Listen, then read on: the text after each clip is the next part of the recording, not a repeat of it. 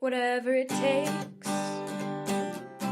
I know I can make it through. A Degrassi podcast with Kelsey and Holland too. I know I can make it through. Hi, and welcome to Whatever It Takes, a podcast about Degrassi, the Next Generation. I'm Kelsey. And I'm Holland, and today we're talking about Season 10, Episodes 27 and 28, Love Lockdown. And Kelsey, will you please read us today we're going to do it, the Degrassi Wiki Summary. Switching it up. All right. Declan has returned from New York to attend the school theater awards and to win back Holly J. Finding out that she is now a Sav, it proves more difficult. Chantey tries to fight to keep the Power Squad running, but runs into blocked social network and blog websites and a mobile phone jammer. Claire's parents agree to attend the awards, but fight the entire time, causing her to run out with Eli, assuming they want to have the divorce talk with her. Part 2. Okay, you're doing both. Yeah, I'm going to do both. I'm in it to win it today. Declan and Holly J have sex after a party at Fiona's condo. Holly J feels like she's cheated on Sav, and despite also being accepted into Yale University, spoiler alert, she decides to break it off with Declan. Chantey's angry note posted to a bathroom stall wall against Principal Simpson's removal of extracurricular activities, hell of a sentence, blows up into hundreds of notes which she decides to cover Simpson's car with, resulting in him agreeing to open a forum. That was all one sentence with 47 commas. Clare continues to act out, hoping to stop her parents fighting with each other, but they divorce anyways. Oh, Wiki, I've missed you. Incredible. I've missed the Wiki, too. Sure. Final appearance of Declan Coyne. Yeah, it's Declan's last episode. Let's see if we remember to do a eulogy. I think we can. We'll miss those eyebrows. True. But the episode is called Love Lockdown, which is a 2008 song by Kanye West. I hate this song. Can I just really say bad. I hate this song. And as far as the episode, I guess. Yeah, I guess. I mean, yeah, it works for the love triangle, and it also works for Claire's parents. Yeah, true. Because Claire's like trying to keep their love together, but their love is not real anymore. Yeah. Sorry, Claire. All right. Well, the episode starts with Declan showing up to Degrassi for the theater awards, and like the intense acoustic-y music playing in the background is so manipulative, but it's like working on me. It's like, Declan is back. He's back for the theater awards, and he wants a romantic makeup weekend with Holly J. He wants her back together. Oh my God, it's intense. Blah. It is. Can I just explain my situation with this episode before we begin? Oh, right. Okay, so I texted Holland because I watched both of the episodes in a row, and I had my YouTube autoplay on while I watched, and for some reason, part 1 of this episode is not allowed to play in our country. So without me realizing it, it skipped right to part 2, and I did not realize it, and I was mostly confused with everything I was like, how is this? So all of my notes for part 2 are like, wait, what's happening? Wait, what's going on? Wait, when did Declan get here? When did they have sex? What? So my notes are crazy, and I'm going to read them as is so that you guys can understand my process, because all of part 1 is like, oh, okay, now this all makes sense. But I watched all of part 2. Part 2 ended, and it went into the next, 2 episodes, and I was like, wait, I missed something. And I texted Holland, and I was like, our YouTube channel doesn't have Love Lockdown Part 1, and I'm too mad to watch Part 1 now. So I waited until literally this morning, because I was, furious for 3 days. I mean, that's fair. I would have to take a break after that, too. I was like, no, I was so ready. I was, being so good. I was going to watch both of them in one go. So I guess we can count on me for, initial reactions, and you on your, oh, pretty much.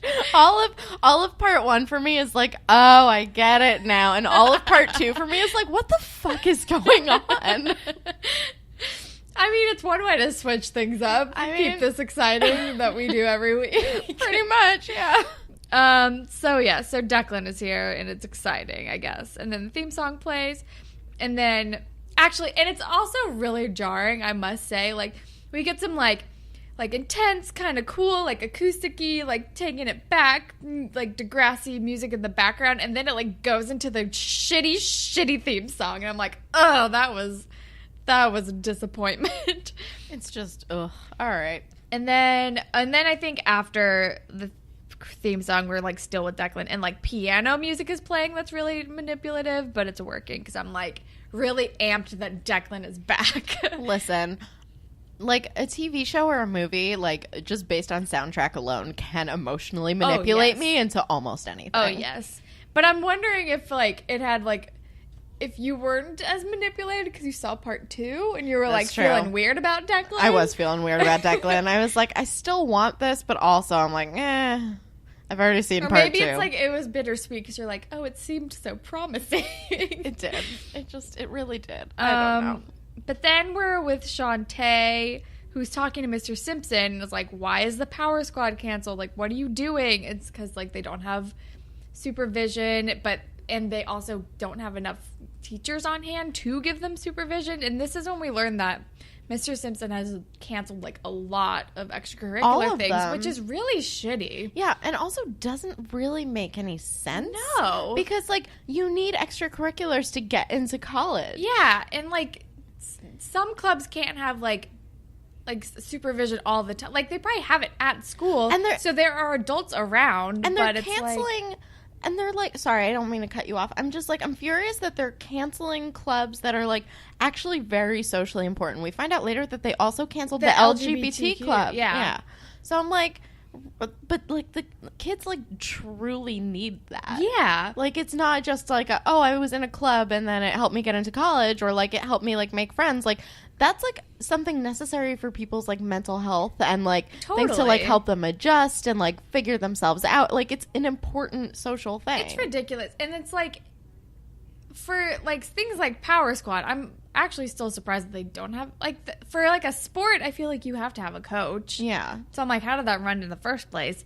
But at the same time, like a lot of these other clubs that didn't have somebody, I feel like they could have, if that was going to have to be a rule, you could have tried to make allowances by like changing it from after school to like lunch times and have it like in a teacher's classroom or like something. Because I know stuff like that happened at my school where you would just do it at lunch and like go into a teacher's classroom and they would just be there. Yeah. Like try to make it work. There are ways to make this work because it's so not fair. And it's like so not and it's fair. also like deterring them. Like it's hurting them and their like chances of getting into college. And we'll talk about it when we like get to when she actually talks to him and makes like all of the amazing point. Like I love Chantey in this episode. Me too.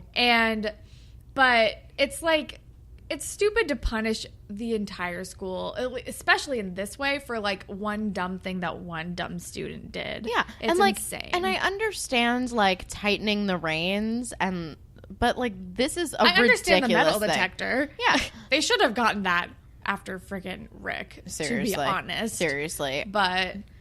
And, like, they should have, like, had a better eye on, like, letting strangers into the school. I feel like I've been saying this since day one. True. But, like, my God. Yeah. This is ridiculous. It's getting to be, it's, like, too much.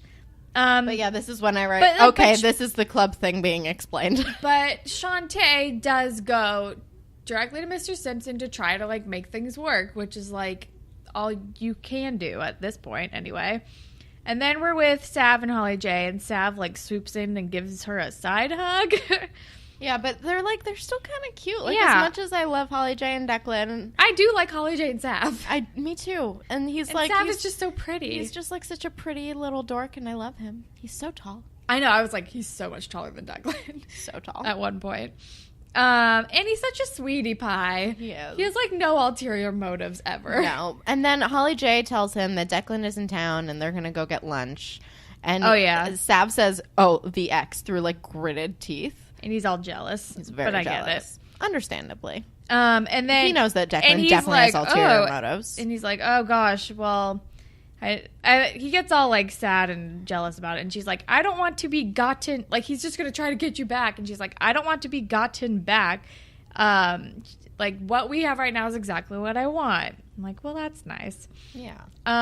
But then, should we do fashion police? Because my next note is, lol, the dress code is not mortician. Yeah, that was a really good line. And Eli is wearing a tie to school. Like Eli he's Billy Joe Armstrong. is not following the dress code because he What a doesn't surprise. want his, like, he wants to be able to express himself. And Yep. he thinks the dress code is stupid. I also think the dress code's kind of dumb. Yeah. It's kind of... Like, the dress code was not the issue. It's kind of...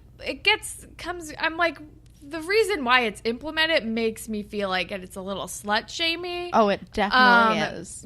But most dress codes are. Yeah. Especially when it comes to girls. Yeah, and also, we haven't had, like, a real issue with the dress code since Manny. No, and that was because she literally pulled her underwear out of her pants. Just well-tailed it up. But anyway, I like Holly J's, like, half pony in the scene before this. I love Fiona's dress at the theater awards. Oh, it's yeah. a very good dress. Oh, Claire's wearing, like, a weird ruffly denim dress to that, which I wasn't. Oh, yeah, but I love Fiona's dress. It's, like, black and white with, like, a bow, and it's good. I think Anya's hair got even darker, which I really enjoy. Yeah. I like Holly J's floral dress, but I don't like her weird choker. Oh, yeah. Flower choker I hate that thing. choker. I like that Fiona and Holly J have, like, headbands to match the uniforms. Oh, yeah, I liked that, too. It was very Blair Waldorf. Yes. And, like, I like that Holly J's bringing it back a little. A little bit of the, like, fake Blair. Even though this was a problematic scene, Declan's messy morning hair is cute. Yes. Can we please talk about Claire's outfit Oh for my her fucking revenge? God, yes. Oh my God. My first note was, oh my God, Claire, what are you wearing? She's wearing a short plaid skirt, suspenders that are, like, hanging off the back. She's got, like, a black, like, corset bodice thing with a, like, white tank top underneath it. Her bra straps are showing. She has a stud belt. She also has a black hair streak and ripped fishnets. I think I got everything. Her There might makeup have been more. is terrible. Her She's makeup's wearing really it's bad. so bad. Outside of the makeup and the hair, she is truly dressed like me in 8th grade, though. Like, literally. Did you have a weird corset thingy? I did not have a corset thingy, but I definitely wore, like, The a black tank top over a white, thicker tank top with There bra you go. strap showing. I definitely had a plaid skirt with, like, the suspendery things hanging off of it. I definitely had, like, a plaid skirt with chains hanging off it. She is, like, truly, outside of the corset situation, dressed like me in 8th I grade. feel like the bra straps showing thing is such a middle school thing. Oh, yeah. Because you're like, it's kind of like, sexy and you're just starting to wear a bra. It's like, guess what? I wear a bra now. Pretty much, yeah. Yeah. It's a time. Oh, boy. It was a lot. That's all I have, I think. I think at one point Declan's wearing, like, a green sweater and a blazer that I wrote down, but otherwise that's all that I have. That's all that I have, too. That Claire bomb just really took over the rest of the episode. Really did. Fashion-wise. Oh, my God. And it's like there's way less fashion now because we have uniforms. It's true, which actually is kind of fine. It's kind of fine. It cuts down on our... Cuts down on my notes. Yeah. It's less that I have to pay attention to or be Yeah. aware of while watching the episode, I Absolutely. guess.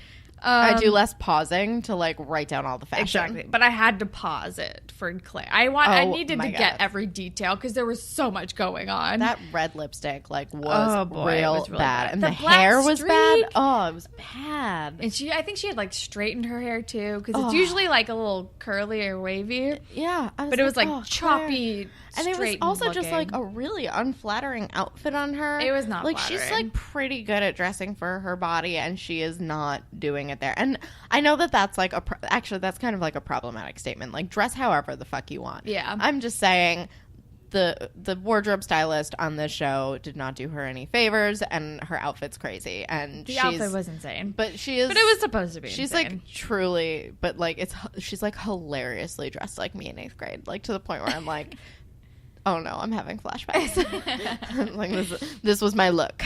Oh boy, your Luke. yes, looks. Okay, but then we're in English, and Miss Dawes is like, Eli, we have a dress code now, and he's like, I was gone last week, so I didn't know, or something, and she's like, fine, like, I'll let you off the hook today, but tomorrow you have to dress better. And then he talks to Claire, and he's like, dodged a bullet there, and she's like, I thought you only dodged knives.